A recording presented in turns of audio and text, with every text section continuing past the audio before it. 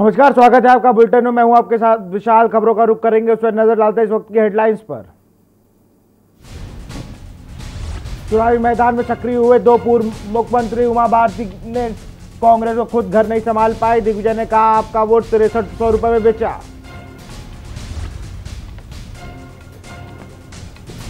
चुनाव आयोग सख्त हुआ। कमलनाथ के बाद इमरती देवी को आइटम पर नोटिस, 48 घंटे के अंदर मांगा जवाब। चुनाव आयोग की तैयारी, प्रत्याशी के बजट से हटेगा मास्क सैनिटाइजर का खर्च, बीजेपी ने की थी मांग। शस्त्र पूजन कार्यक्रम में मुख्यमंत्री ने कहा पद्मावत का विरोध करने वालों पर दर्ज केस वापस होंगे, पद्मावती के शौर्य कोर्ट में भी शामिल होगा। खंडवा में मुख्यमंत्री शिवराज सिंह चौहान की जनसभा में सीएम शिवराज ने कमलनाथ पर जोरदार हमला बोला। सरकारी कर्मचारियों पर सियासत गर्म, सीएम शिवराज ने कहा धमका रहे कमलनाथ और दिग्विजय। कमलनाथ ने भी पलटवार किया। आप देख रहे हैं के न्यूज, खबरों का सारथी।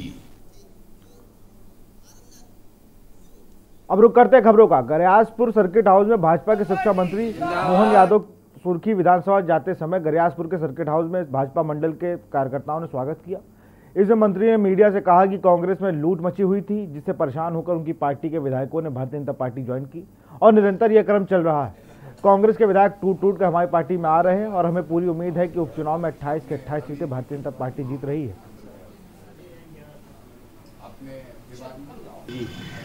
सौभाग्य की बात है, हम जनता का समर्थन प्राप्त करते जा रहा है। कांग्रेस के अंदर भीतर जनता कुछ लोग कांग्रेस के विधायक जो कांग्रेस में रहना नहीं चाहते हैं, इससे ज़्यादा सौभाग्य की बात क्या है।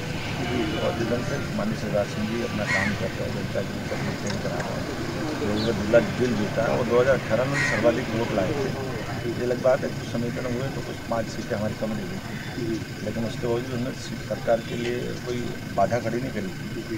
लेकिन कांग्रेस के अंदर टूट, कांग्रेस के अंदर खड़े हुए कांग्रेस के ही मंत्री विधायक, उन्होंने इस बात की बगावत की कि मुख्यमंत्री जी ठीक से काम नहीं कर पा रहे। खबर रतलाम से है, जहां 6 महीने का बिल एक साथ आने पर नामली किसान परेशान है। किसानों ने धरना प्रदर्शन करते हुए अपनी पीड़ा नामली तहसीलदार और बिजली मंडल अधिकारी के सामने रखी और कहा कि हर महीने किसी का 2 तो किसी का 5000 रुपये बिल आ रहा है। ऐसे में 1-2 बीघा जमीन वाले किसान कहाँ जाएं। किसानों ने अपनी तकलीफ जाहिर करते हुए यह भी कहा कि अगर हमारी समस्याओं का समाधान नहीं निकाला गया तो अपने परिजनों के साथ मिलकर आत्महत्या कर लेंगे। आपको बता दें कि पहले किसानों के घर हर 6 महीने में बिल आते थे, लेकिन अब हर महीने बिल आने लगे हैं, जिसकी वजह से रतलाम के किसान बहुत परेशान हैं। आज हम नामली बिजली ऑफिस में आए थे। हम लोगों को विगत 6 महीने से हर महीने बिजली का बिल दिया जा रहा है खेत पर। जो किसान के लिए हर 6 महीने में बिल आता था, वो बिजली विभाग ने हर महीने चालू कर दिया है और उस पर मीटर भी लगा दिए हैं। और ये अभी बिजली विभाग की एक शुरुआत है। किसानों को मैं समझता हूँ कि ये सभी अभी जनवरी फरवरी में हो सकता है कि हर कुएं पे मीटर लगने की संभावना है। और दूसरी बात ये है कि हम ये चाहते हैं कि हमें 6-6 महीने के बिल ही दिए जाए। किसानों ने कुछ ज्ञापन दिया है, जिनकी सप्लाई पंप के लिए 24 घंटे से जा रही है। कंपनी नियमानुसार उनको जो है मीटर कनेक्शन लगाकर और टैरिफ के अनुसार बिल जारी किए गए हैं। किसानों की मांग है कि हमें 10 घंटे बिजली प्रदाय किया जाए एवं 10 घंटे के हिसाब से जो बिल आते हैं साल में 2 बार, उनकी मांग की गई। अनूपपुर में सीएम शिवराज ने जनसभा को संबोधित किया और पीएम मोदी की जमकर तारीफ की। क्या कुछ का आपको दिखाते हैं। हटा लिया, भर्तियां चालू हो रही, पुलिस की भर्तियां निकल भी गई। महिला सेल्फ हेल्प ग्रुप की मजबूती के लिए हमने योजना बनाई। लगभग 1400 करोड़ रुपया उनको 1 साल के अंदर बैंक लिंकेज के माध्यम से दिए जाएंगे।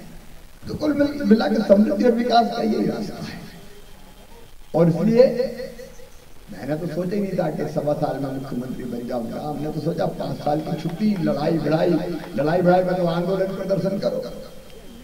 लेकिन बिसाहू लाल जी जैसे लोग बिगड़ पड़े कि ये सरकार तो कुछ काम ही नहीं कर रही है, अब तो हम उसको नहीं रहने देना। अब आज मेरे सामने बैठे, मैंने बहुत मना किया, भैया मैं चक्कर में नहीं पड़ता यार। तो इनका नहीं है, सरकार बर्बाद कर देगी मध्य प्रदेश को, क्योंकि वल्लभ भवन को दलालों की मंडी में परिवर्तित कर दिया था कमलनाथ जी ने। केवल लेन देन के अलावा उच्च पदों पर बैठे हुए लोग उनसे भी नहीं रहे, और इसलिए विकास ठप, जन कल्याण ठप, भ्रष्टाचार का राज था। इसलिए बिसाहूलाल सिंह जी जैसे वरिष्ठ और परिपक्व नेताओं ने ये तय किया कि हम इस सरकार में नहीं रहेंगे, इससे कांग्रेस से बाहर जाएंगे। अब वो बाहर आए तो फिर भारतीय जनता पार्टी की सरकार बनी। अगर वो नहीं आते तो मैं भी मुख्यमंत्री नहीं बनता, ये बात भी साफ साफ। और वो आए तो विकास की ललक के तक। मैं सच कहता हूँ, आज अपने नागरिकों के सामने मेरे बहन और भाइयों, ये आदमी इतने ऊंचे चरित्र का है कि कभी ना तो किसी पद की बात की, ना कभी ढेले की बात की। ईश्वर जानता है, लोग झूठी कुछ भी आरोप लगा रहे। इनके मन में एक ही बात है कि ये सरकार काम नहीं कर रही, कमलनाथ के पास जा जाके थक गए, हम मान नहीं है, सम्मान नहीं है, इज्जत नहीं है, और काम की बात कहते हैं तो कहते हैं चलो चलो चलो चलो चलो चलो, तो ऐसी सरकार में हम करेंगे क्या? 5 साल में तो बर्बाद हो जाएगा प्रदेश। और इसलिए विकास की खातिर इन्होंने विधायक पद को त्याग के और इनके साथ बाकी मित्रों ने संघर्ष का रास्ता तय किया। और मेरी आप सब नागरिकों से, मेरे बहन और भाइयों से यही अपील है कि विकास में और जनता के कल्याण में कोई कसर नहीं छोड़ेंगे। देखो, मुझे भी कोई मुख्यमंत्री पद का ऐसा तो नहीं है चार्म के मैं मुख्यमंत्री के पद पर बैठ के और आनंद और सुख भोगूं।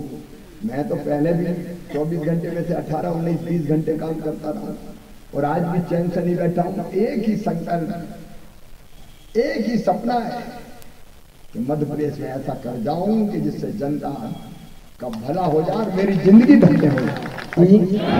भारत माता की। मेरे साथ आपसे मिलने उपस्थित हमारे, थोड़े पीछे हो जाए तो उधर भी बहनों को भी दिखाई, मैं बेटी बाद में मिलते हुए जाऊंगा। बोलने के बाद 5 मिनट बोलूंगा, बात करते जाऊंगा। हमारे वरिष्ठ नेता आदरणीय राजेंद्र शुक्ला जी, आपके लोकप्रिय नेता, सही आदमी एक गलत पार्टी में था, अब सही पार्टी में आ गया। आदरणीय बिसाहूलाल सिंह जी, बहन मीना सिंह जी, हमारी सांसद, हमारे पूर्व विधायक, हमारे जिलाध्यक्ष जी। मैं संबोधन में ज्यादा समय नहीं लगाना चाहता क्योंकि बिसाहूलाल सिंह जी ने सबके नाम लिए हैं। सभी आदरणीय वरिष्ठ नेतागण, साथीगण, पदाधिकारीगण और अनूपपुर के सम्मानित नागरिक बहनों और भाइयों, मैं दोनों हाथ जोड़ के शीश झुका के आपको प्रणाम करता हूं। अब परंपरा ये होती है कि जहां नेता आ जाए तो नेता के गले में माला डालना चाहिए। मैंने कहा भैया, हमने बुलाया है, हम मेजबान हैं और जनता मेहमान है। जो वरिष्ठ नागरिक आए वो मेहमान है, तो यहाँ भी हमारे ही गले में माला डालती रहे और हम ऐसे ऐसे करते रहे, इसकी जरूरत क्या है?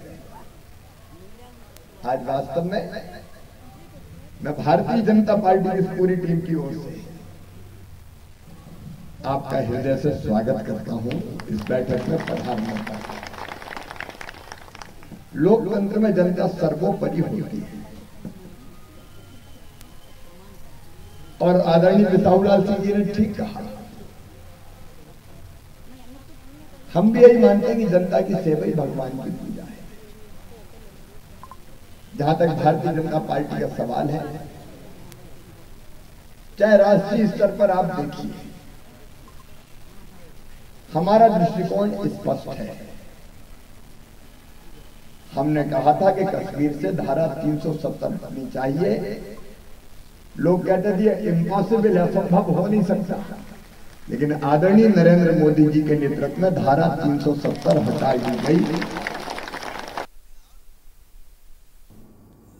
मध्य प्रदेश के 28 सीटों पर होने वाले उपचुनाव की जीत को लेकर कांग्रेस और बीजेपी एड़ी चोटी का जोर लगा रही है। इसी को ध्यान में रखते हुए साथ ही निष्पक्ष चुनाव करवाने के लिए अशोकनगर कलेक्टर श्री प्रियंका दास ने पत्रकार वार्ता की। एक ही जिसमें उन्होंने भारतीय निर्वाचन आयोग के दिशा निर्देश पर कोरोना वायरस से बचाव के लिए मतदान केंद्रों पर भी कई गई व्यवस्थाओं की जानकारी दी। माफ करिएगा, जानकारी दी। सुरक्षा के लिए मैंडेटरीली कोई कुछ आइटम्स उनको दिया जा रहा है, जिसमें PPE kit, mask, gloves, sanitizer जो है शामिल है, प्लस एक डस्टबिन, ताकि उसमें आफ्टर यूज जो है वो उसको प्रॉपरली यूज कि वोटर जो है बारी बारी से ही मतदान केंद्र में घुसेंगे। नहीं तो अमूमन ये होता था कि 2 से 3 लोग रूम के अंदर होते थे, प्रकोष्ठ के अंदर, कंपार्टमेंट के अंदर तो एक ही जाता था, लेकिन इस बार जो है उन्होंने। सिंगरौली जिले में अवैध कारोबारियों के खिलाफ चलाए जा रहे अभियान के तहत मोरवा पुलिस ने कालाबाजारी से जुड़े बहरावा कोटेदार योगेश वैश व ड्राइवर दद्दा खैरवार को 226 बोरी गेहूं से भरे ट्रक के साथ गिरफ्तार कर लिया। बहरीवा पंचायत नगरवासियों के कार्डधारियों के साथ शासकीय उचित मूल्य की दुकान पर बहरावा उतारने की जगह कोटेदार योगेश वैश गेहूं को अपने घर पर ले जा रहा था, जिसपे बहरावा सरपंच की सूचना पर मोरवा पुलिस ने पकड़ लिया और गरीबों के हिस्से को गेहूं की कालाबाजारी होने से बचा लिया। दोनों आरोपियों के खिलाफ ईसी एक्ट के तहत कार्रवाई की गई। उक्त कार्रवाई में थाना क्षेत्र के भ्रष्ट कोटेदार में हड़कंप मच गया। बताया जा रहा है कि इससे पहले भी कोटेदार योगेश इस तरह के काम कर चुका है, लेकिन विभाग ने उसको हटाने के बजाय फिर से उसकी जगह पदस्थ कर दिया था और कहीं ना कहीं सहकारिता विभाग की मिलीभगत व लापरवाही की वजह से जिले में इस तरह के अपराध फल फूल रहे हैं। कल दिनांक 27/10 को हमें सूचना मिली कि ग्राम बहरीवा में एक ट्रक में जो पीडीएस का गेहूं कोटे में पहुंचना चाहिए वहां ना उतार के कोटेदार योगेंद्र के द्वारा ले जाया जा रहा है। साथ में उसका ट्रक का नंबर आया और इस सूचना पे पुलिस ने वहां पर दबिश दी। मौके पर हमें दद्दू और दद्दा खैरवार और कोटेदार योगेंद्र कुमार सिंह ने ईशागढ़ से 15 किलोमीटर दूरी पर स्थित डकानों में एक छोटा सा गांव है। डकोने के करीब 400 वर्ष पुराने इस प्राचीन मंदिर में मां हर सिद्धि का भी स्थान है, जो यहाँ पर सिद्ध करने में काफ़ी है कि आम भी चंदेरी और कदवा जैसे ही प्राचीनता है। पूर्व में डकोनी में एक कस्बा हुआ करता था। यहाँ पर एक प्राचीन गढ़ी भी है जिसके अवशेष आज भी देखे जा सकते हैं। गढ़ी में राधे कृष्ण का मंदिर है जिसमें अवशेष आज भी यहाँ बिखरे पड़े हैं। यहाँ पर एक भव्य बाराद्वारी है जिसका निर्माण राजा जीवाजीराव राव सिंधिया ने कराया था। डकोनी के तालाब में किनारे मां हर सिद्धि का मंदिर है जो 400 वर्ष पुराना होने का दावा स्थानीय लोग करते हैं। ईशागढ़ क्षेत्र में इतनी अनमोल धरोहर होने के बावजूद प्रशासन की उदासीनता के कारण डकोनी की तरफ कोई गौर नहीं करता, जिससे पर्यटन विभाग चंदेरी को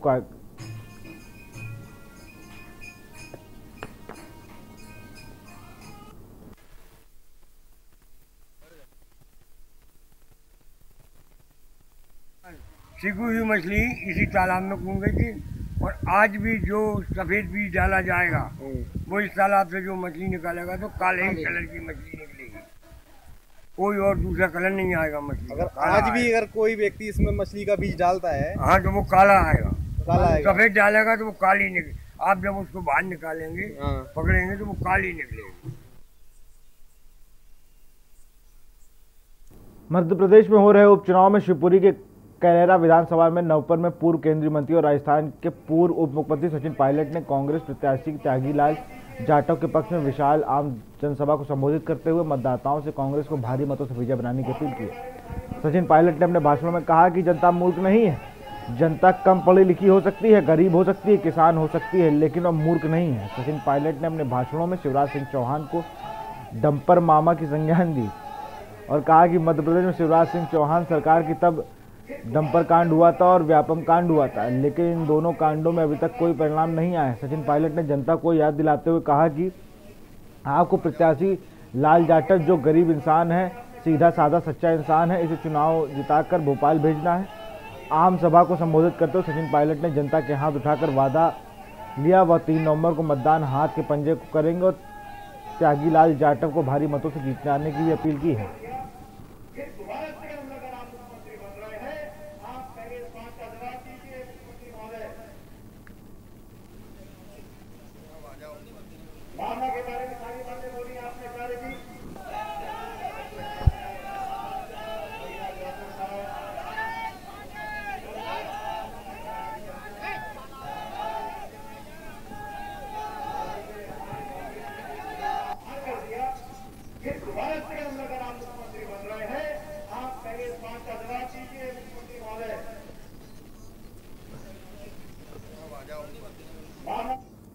शिवपुरी विधानसभा तेज करारा कांग्रेस प्रत्याशी ने समर्थकों के अनुभावी अधिकारी तहसील कार्यालय का धरना दिया।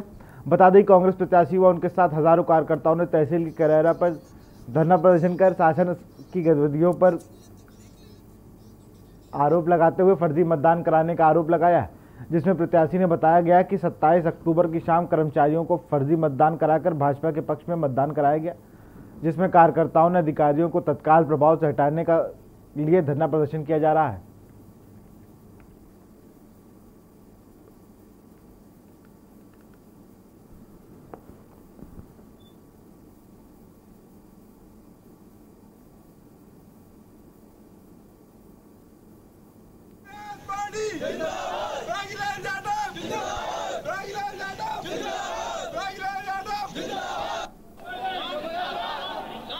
जो प्रशासन ने अपने वोट डलवाए विकलांगों के लिए निर्वाचन आयोग ने आदेश दिया है, उन लोगों के लिए प्रशासन ने एक निर्देश। मध्य प्रदेश में उपचुनाव को लेकर बीजेपी और कांग्रेस में लगातार जुबानी जंग जारी है। वहीं एक बार फिर मुख्यमंत्री शिवराज सिंह चौहान और पूर्व मुख्यमंत्री कमलनाथ ने एक दूसरे पर जमकर हमला बोला है। क्या कुछ कहा आपको दिखाते हैं। संभावित पराजय से बौखलाकर कांग्रेस के नेता श्री कमलनाथ जी, श्री दिग्विजय सिंह जी आजकल कर्मचारियों और अधिकारियों को धमका रहे हैं। रोज धमकी दी जा रही है, हम देख लेंगे, हम निपट लेंगे, हम निपटा देंगे। आखिर उनका भी आत्मसम्मान होता है, उनके मनोबल को तोड़ने की कोशिश की जा रही है, उनका अपमान किया जा रहा है। धमकाना भी चुनाव आचार संहिता का उल्लंघन है। इसलिए मैं माननीय चुनाव आयोग से निवेदन करता हूं, वो स्वतः संज्ञान ले और धमकाने वालों के खिलाफ कार्रवाई करे। भारतीय जनता पार्टी को स्पष्ट लग रहा है कि इस चुनाव के क्या परिणाम आने वाले हैं। 10 तारीख की इतनी चिंता और इतना डर लग रहा है, 10 तारीख जो जिस दिन गिनती होगी, कि वे फिर से बाजार में चल पड़े हैं कि जो मिल जाए उसे खरीद लो। ये बिकाऊ की राजनीति, सौदेबाजी की राजनीति से उनका एक यही उपाय रह गया है। और वो जानते हैं कि जनता, मध्य प्रदेश की जनता सरल स्वभाव की है, सीधी सादी है, पर बहुत समझदार है। ये मुझे तो इस बात का दुख है कि चुनाव तो प्रजातंत्र का उत्सव होता है, पर ये जो उत्सव है ये तो सौदेबाजी का और बिकाऊ का उत्सव है। और मुझे कई विधायकों के फ़ोन आए हैं कि वह बीजेपी उनको फ़ोन कर रही है, इतना ऑफ़र दे रही है। उन्होंने खुद मुझे कहा है कि हमें इतना ऑफ़र मिला है, ये मुझे ऑफ़र दे रही है। मैंने स्पष्ट कहा है कि मार्च में मैंने सौदेबाजी की राजनीति से इनकार कर दिया था। सौदेबाजी की राजनीति मैं भी कर सकता था मार्च में, पर मैंने कहा था मैं मध्य प्रदेश में इस प्रकार की राजनीति को प्रवेश नहीं होने दूंगा, मध्य प्रदेश को मैं कलंकित नहीं होने दूंगा। और यह मैं आज कह रहा हूँ कि मैं सौदेबाजी की राजनीति नहीं करूँगा। जितना बीजेपी बाजार में घूमे, विधायकों को फ़ोन करे, उनको तरह तरह का प्रलोभन दे, क्या आवश्यकता है। 10 तारीख तक इंतजार करें, जनता तो तय करेगी, वो सबको स्वीकार होगा। तो इस बात से मुझे बड़ा दुख है और मध्य प्रदेश पूरे देश भर में इससे कलंकित हो रहा है कि सब समझ रहे हैं। जब एक साधारण गांव का व्यक्ति समझ रहा है कि किस प्रकार से और किस कारण से ये चुनाव हो रहा है, तो क्या देश की जनता नहीं समझती। मैंने इलेक्शन कमीशन को पत्र लिखा है, आज पत्र लिखा है कि ये निष्पक्ष चुनाव होना चाहिए। ये छोटे छोटे शासकीय कर्मचारियों पर दबाव डाल रहे, तुम जाके ये करो। और 10 तारीख के बाद सब अधिकारी और पुलिस कर्मचारियों को याद रखना चाहिए कि 10 के बाद 11 तारीख भी आएगी।